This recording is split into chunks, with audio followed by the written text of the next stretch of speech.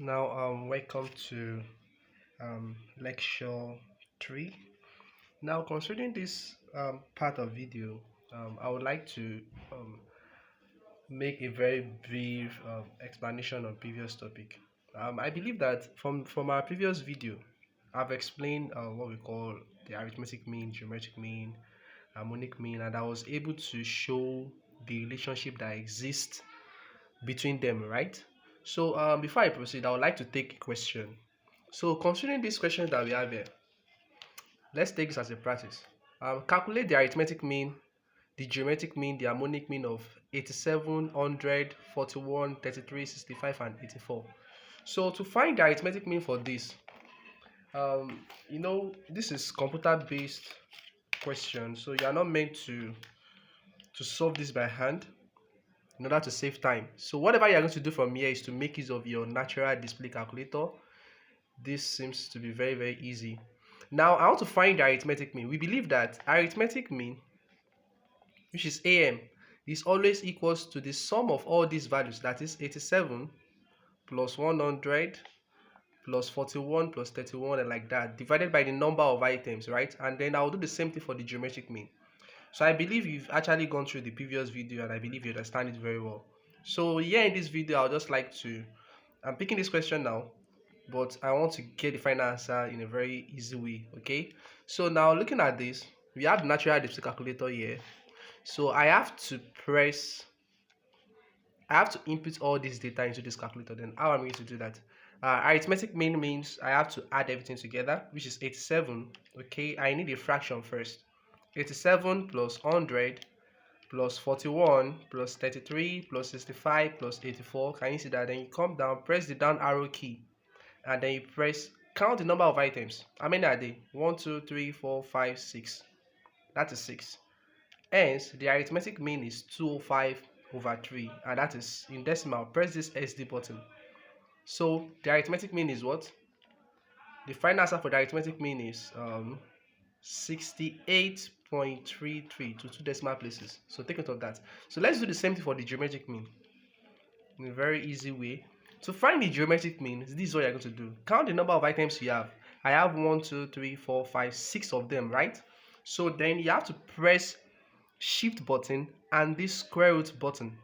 Now when I press shift and I press this square root, you actually see cube root displaying on the screen. So you have to remove the 3 and then you put in your own number of items, that is 6. Then you come inside and press all the products, multiply them together. 87 times 100 times 41, 33, 65 and 84. Sorry for that, 84. Can you see that? So then you can go ahead and press your equal to sign.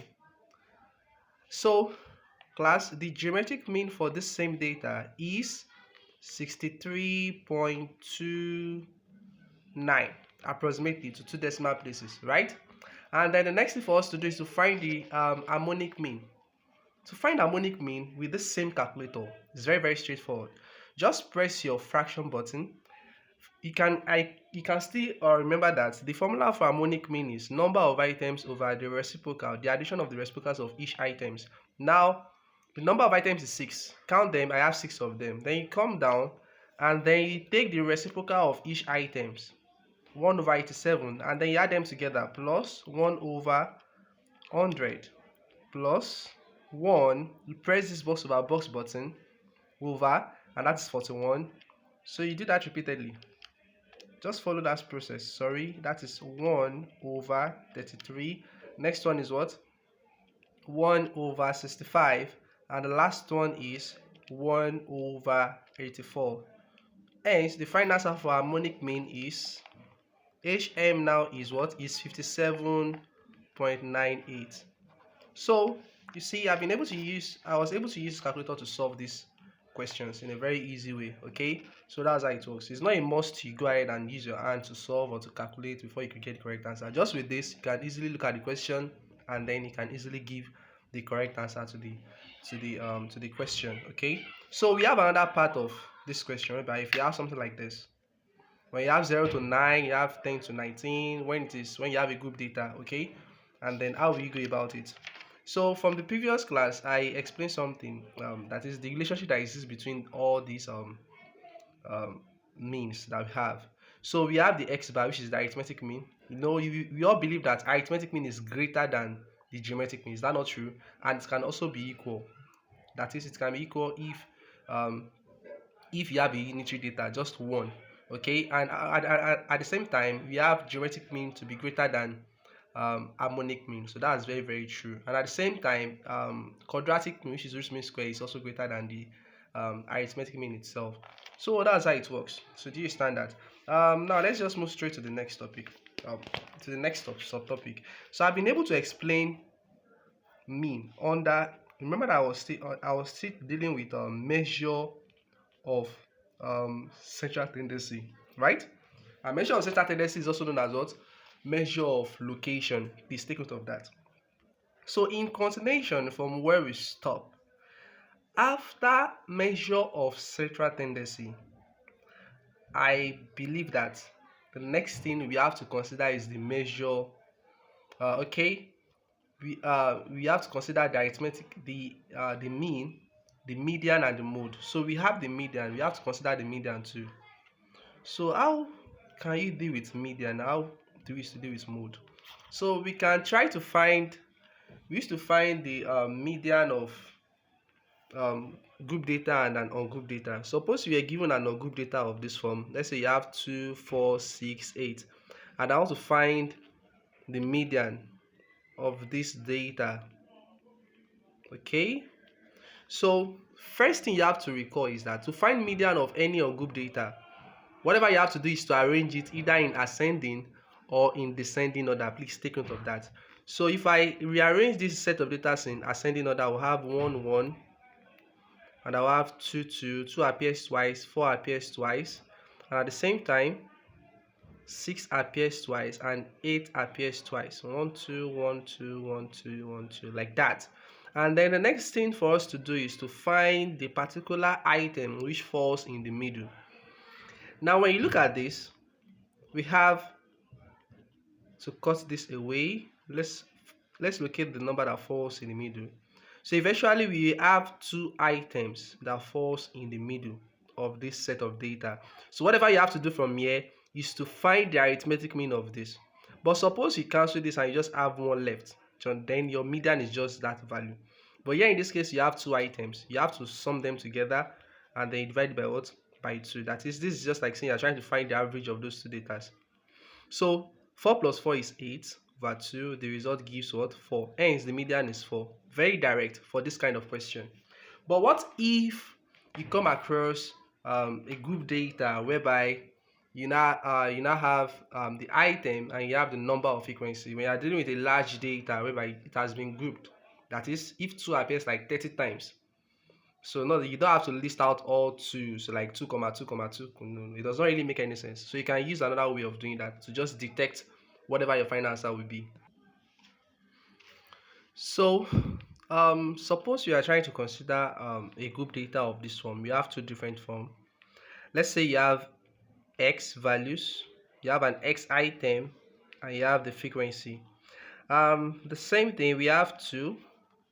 We have okay, I don't want to use the same data. Let me just use 3, 7, 4, 8, and then let's say 2 appears 10 times in that set of data, and 3 appears 5 times, 7 appears 3 times, 4 appears 8 times, and 8 appears 12 times. So how will you find the median of this kind of data? So whatever you have to take note in this case, this is one particular table, and I can also give you another table whereby it is being grouped. You have different class intervals, right? Now here in this case I have 2, 3, 7, 4, and 8. The first step you have to take is to consider the summation of f. Sum all f together, and when you sum all this together you have 10 plus 5 plus 3. So I'll just go ahead and do that. 10 plus 5 plus 3 plus 8 plus 12. So the result is 38. I repeat, the first step you have to take is to sum all these frequencies together. So after summing it together, now you need to ask yourself, the result you have, is it even or is it odd? Or it is odd. Now, if it is even, we have a particular condition for it, and if it is odd, then we have another condition for that. So if the summation, now let me state that if the summation of f is even, okay, if it is even, hence the median is the arithmetic mean of the middle term. That is just what this is trying to tell us. But mathematically speaking, that is, sorry, okay, you can't say that, of the middle term. So from here, this simply implies that we are trying to take, you are trying to find the midterm of let's say you have summation f over 2, okay, this is a position, okay, then you find it separate, just n over 2, or you call it summation f over 2. You are trying to find the middle point that exists between this term and this term, summation f added with 2, and then you divide it by what? By 2. So now let's deal with this, class. Considering this question now, whatever I have to do from here is to, okay, let's check. Okay, let me give you the condition for odd. If summation f is odd, suppose you add this up together and you got let's say you have a value 37, then you use the second condition. If summation f, that is the sum of all the values for f, is odd, then the median is always the let us say it's always the middle term, just the middle term is the middle term, okay, whereby when I say it is middle term, I'm referring to that is mathematically it is just the summation of f, there is summation of f added with 1 over what? Over 2, and it is just the position, okay, then you can easily trace that to get the real value data for x, okay, the corresponding value. Now considering this, now whatever I have to do from here is to use this first condition, because I have summation f to be equal to 38. So if I go ahead and substitute, summation f is 38, I have 38 over 2, right? Using the first condition, I have summation f, which is 38 divided by 2, and then by the time I put the position, and what of the other one, I have 38 plus 2 over 2 position. Now if I decide to sum this together, okay, sorry, if I decide to divide this, 38 divided by 2, and that is 19, that is 19th position, and the second part is 38 plus 2, which is 40, divided by 2, then that will give us 20, that's 20th position. So how will you find these positions? Like, how will you go ahead and find this? It is very, very direct. We always make use of what we call the cumulative frequency, the CF. You generate a CF rule for this. Cumulative frequency. What does cumulative frequency means? This simply implies that you are trying to cumulate all the values sequentially. Now you have 10. Cumulative frequency is based on frequency, whereby you pick the first data you have, which is 10. Then you add this 5 to it. 5 plus this 10, you have 15. Write the result here. So you add this 3 to this new result that we have here. 15 plus 3, that will give us 18. Then 18 plus 8, that will give us what? 26. And then 26 plus 12, and that will give us what? 38, according to what we have as summation of what? The last digit you have for your cumulative frequency is always equals to the summation of all the frequencies. Now that we have the cumulative frequency, so we need to locate this particular position, 19th position. Now this 19th position will fall where exactly? It's going to fall between 18 and then 26. So you pick the upper part, okay, that's just the main aspect. Since it falls between 18 and 26, we are picking this as the position. So this is the position, pick the highest value, okay. So the position here, for I've gotten the position for 19, right? And the result, the real value data is 4. I got 4, right? And the next thing is to find the position for 20. 20 falls where? The same thing. 20 falls between 18 and 26. Okay? 20 falls between 18 and 26. Pick the highest one. That is this position. So what do you have there also? I also have 4. Now, remember that this thing says if summation f is even, the median is the arithmetic mean of the middle terms rather. So we are trying to find the arithmetic mean of this and this. Now find the arithmetic mean of 4 and 4. So just 4 and 4. And that is what? The arithmetic mean of 4 and 4 is 4 plus 4 over how many items? Over 2. And that's 8 over 2. And that will give us what? 4. Very easy to do. Now, if you want to visualize this thing, I want to confirm whether 4 is correct. Okay, now let's check.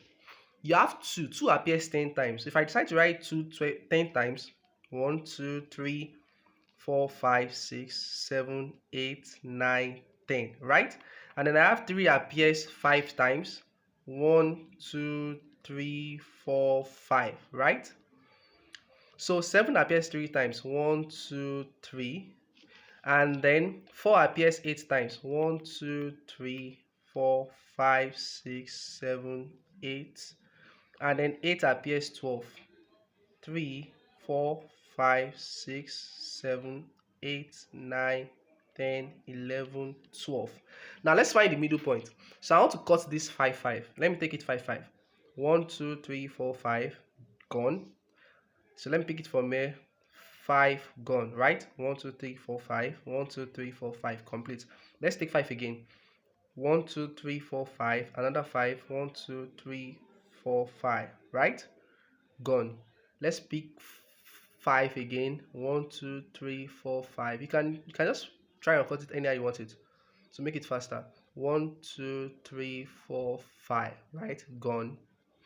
Now let's pick it 3, 3. Let's pick it 1, 1. Cancel this out. Cancel this out. Take this out. Take this out. Take this out. Take this out. You see, it is very, very okay. Now see what we have. We have 4, 4. Now, since you have these two set of data false in the middle, then what happens? You find the arithmetic mean as usual. So you see it is valid. So that's how to work with this kind of question. When it comes to this, you have to solve it. When it comes to this kind of table, you have to solve it this way. Please take note. If your summation of f is odd, you know what to do. Just use this only. Just find this. That is 38 plus 1, that is 39.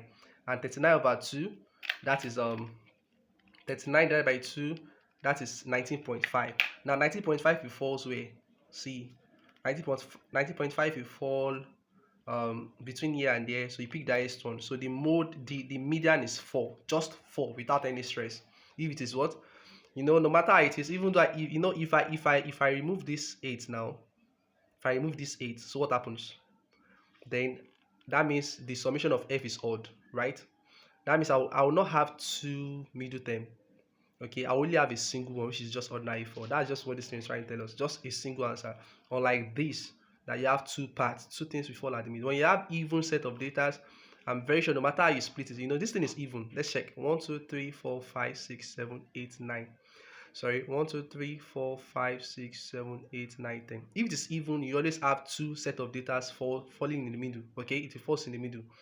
But if you have odd numbers, just a single value. That's why you just have a single position for this. But here you have 2 different positions. So when you find the arithmetic mean, get a final answer. So that's how it works.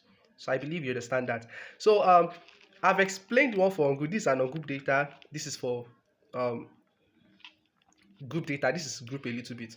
But let's now consider another part of table.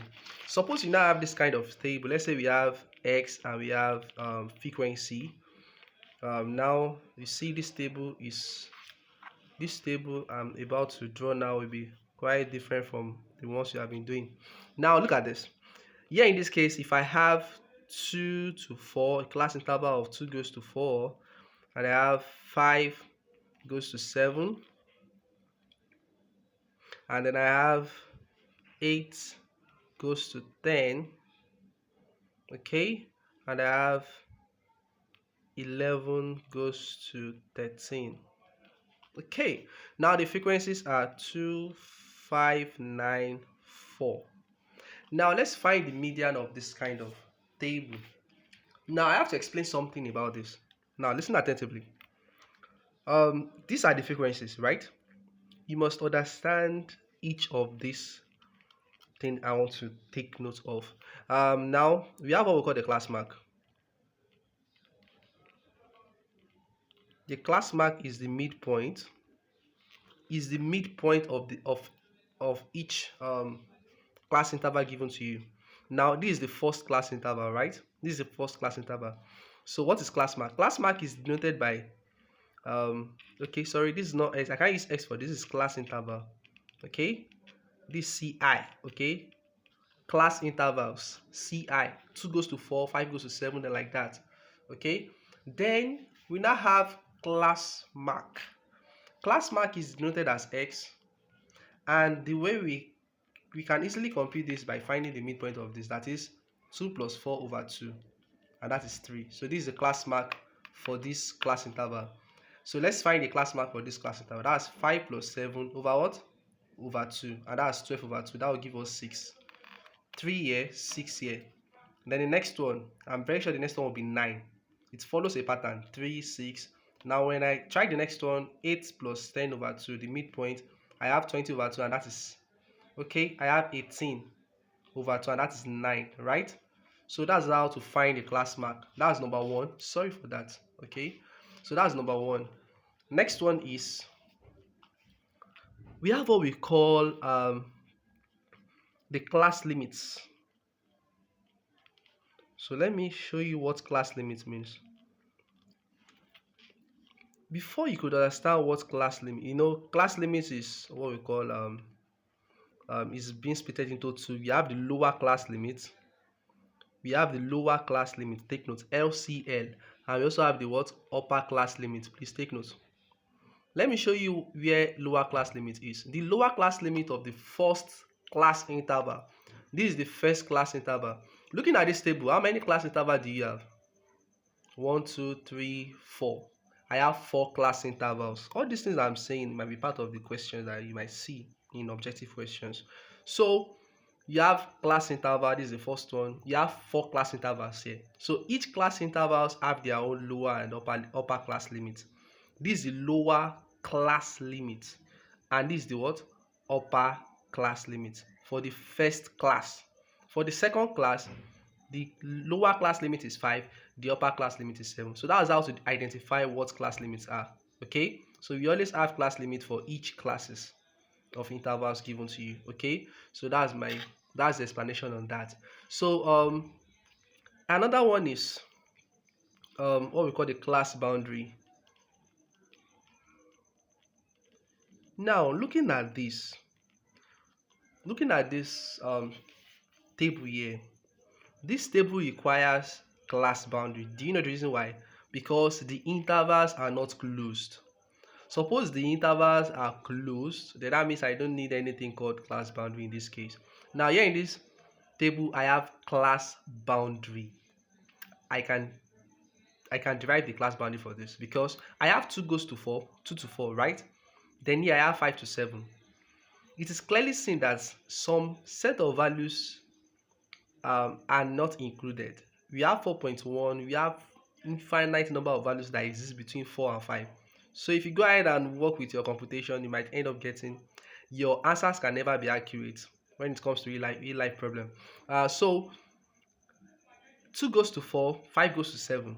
Now I said this thing is not close. That's how to identify. You have 4 and you have 5. Some numbers are missing. 4.1, 4.2 is missing, 4.3 is missing, 4.10009 is missing. So all those kind of stuff. So it is open. Yet it is open. Everything is open. Okay. Now since it is open, you can decide to close them. And how will you close them?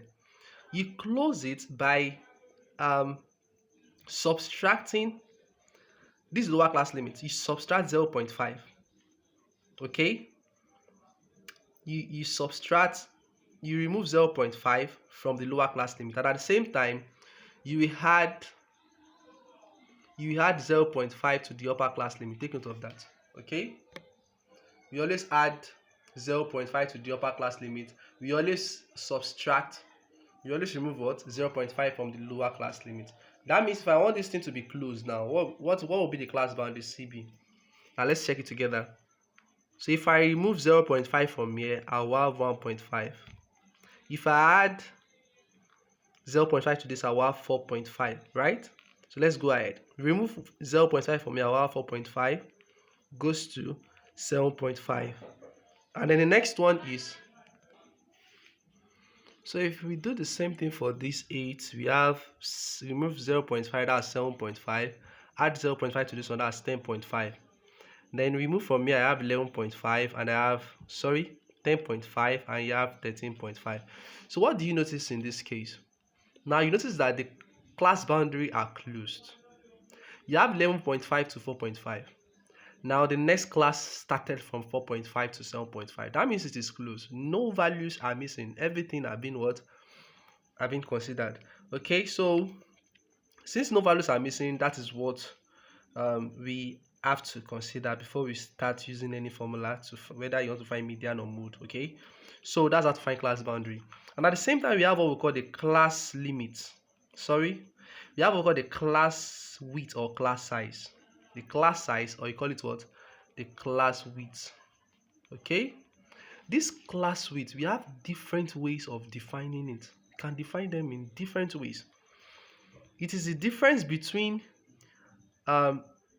the upper class boundary, that is UCB, minus lower class boundary is what we call the class size. So that means if I try 4.5 minus 1.5, I will surely get 3.